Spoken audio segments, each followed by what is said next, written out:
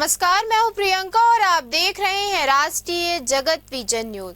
छत्तीसगढ़ में आज परंपरा, संस्कृति और आस्था का संगम देखने को मिला। पूरे राज्य में पारंपरिक त्योहार हरेली तिहार को बड़ी धूमधाम और उत्साह के साथ मनाया गया। राजधानी रायपुर से लेकर गांव तक हर जगह कृषि, संस्कृति और लोक परंपराओं की झलक देखने को मिली। पूर्व मुख्यमंत्री भूपेश बघेल ने भी रायपुर स्थित अपने निवास पर हरेली पर्व मनाया और इस मौके पर उन्होंने केंद्र और राज्य सरकार पर निशाना साधा। देखिए ये रिपोर्ट। छत्तीसगढ़ में गुरुवार को पारंपरिक त्योहार हरेली तिहार की धूम रही।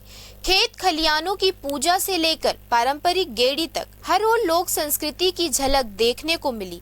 राजधानी रायपुर में पूर्व मुख्यमंत्री भूपेश बघेल ने अपने निवास पर कृषि उपकरणों की पूजा की, गौ सेवा की और गेड़ी चढ़कर पारंपरिक अंदाज में त्योहार मनाया।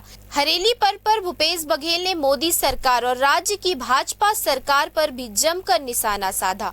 उन्होंने कहा कि जब भाजपा की रमन सरकार थी तब मुझे जेल भेजा गया और उनकी सरकार चली गई, अब मेरे बेटे को जेल भेजा गया है। इस बार मोदी सरकार जाएगी। उन्होंने ये भी आरोप लगाया कि राज्य में गौठान बंद कर दिए गए हैं, डीएपी खाद की भारी किल्लत है और शिक्षा व्यवस्था भी चरमरा गई है।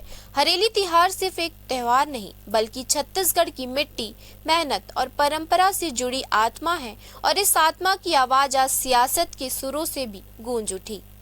मुझे गिरफ्तार किया था रमन सिंह, सरकार गई है। अब मेरे बेटे गिरफ्तार किए हैं तो केंद्र सरकार जाएगी। यदि मेरे खिलाफ जाता ना तो बड़ा बड़ा छपता, फ्रंट पेज की न्यूज होता, लेकिन सुप्रीम कोर्ट ने हमारे पक्ष में फैसले दिए हैं। हमको केवल एक आवेदन करना है और एक खारिज होना है। वो हमारे पक्ष में गया सुप्रीम कोर्ट का आदेश जो है, और उन्होंने जो अपील जो प्रेयर किया था उसमें तो कोई निर्वाचन रद्द करने की मांग तो थी नहीं। प्रक्रियात्मक त्रुटि है, उसके लिए दूसरी प्रक्रिया है, लेकिन आपने निर्वाचन के खिलाफ आपने किया था तो सुप्रीम कोर्ट ने खत्म कर दिया। फिलहाल इस खबर में इतना ही। देश प्रदेश की खबरों से अपडेटेड रहने के लिए हमारे चैनल को सब्सक्राइब करें। नए खबरों की नोटिफिकेशन के लिए बेल आइकॉन जरूर दबाएं। नमस्कार।